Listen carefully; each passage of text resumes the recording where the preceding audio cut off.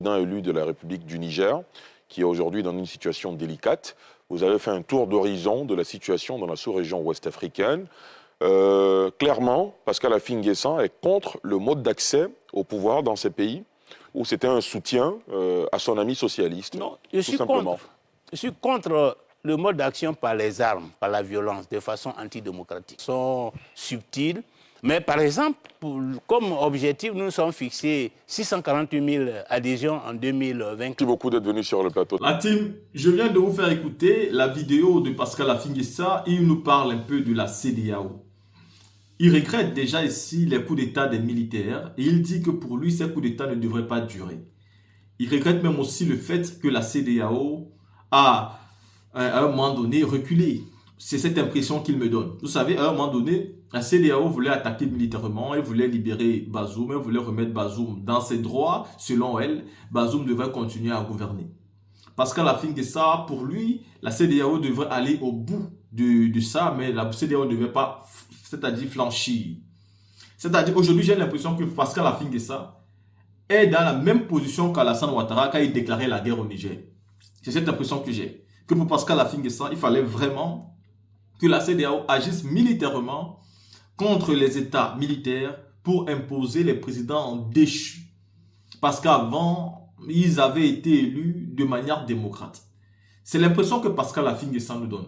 Et dès lors où il nous a donné cette impression, nous comprenons déjà la façon dont il peut gérer. Parce que vous savez, les gens qui parlent comme Pascal Affi-N'Guessan, c'est ceux qui savent déjà comment ils vont gouverner.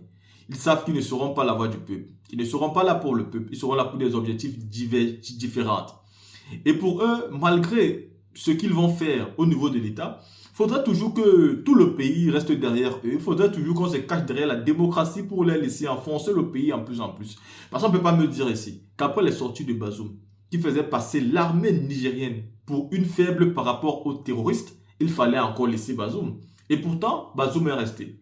Bazoum a signé des accords. Il a même dit que l'uranium du Niger ne servait absolument à rien. Que si la France achetait l'uranium du Niger, c'était juste pour faire une faveur au Niger. Vous avez vos richesses, vous avez vos ressources. Et votre président vous dit que vos ressources ne vous servent à rien. Votre président vous dit que si les pays étrangers achètent vos richesses, vos ressources, c'est pour vous faire plaisir. Parce qu'elles peuvent s'en passer.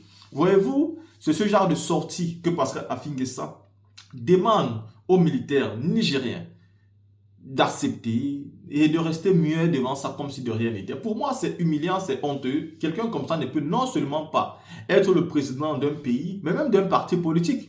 Voilà pourquoi aujourd'hui, même les petits, c'est-à-dire les petites élections qu'il pouvait gagner avant, il ne peut plus les gagner. Surtout que quand le président Laurent Gbagbo l'a quitté, il est véritablement resté comme une enveloppe vide. Ne croyez pas que vous êtes trop des gens. Le président Laurent Gbagbo a démontré sa sincérité. Il a démontré son honnêteté.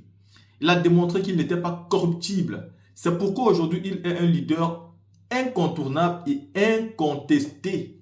En termes d'Afrique, le président Laurent Gbagbo nous a montré qu'il est aujourd'hui, à l'heure où nous parlons, le leader panafricain le plus droit qu'il existe jusqu'à présent.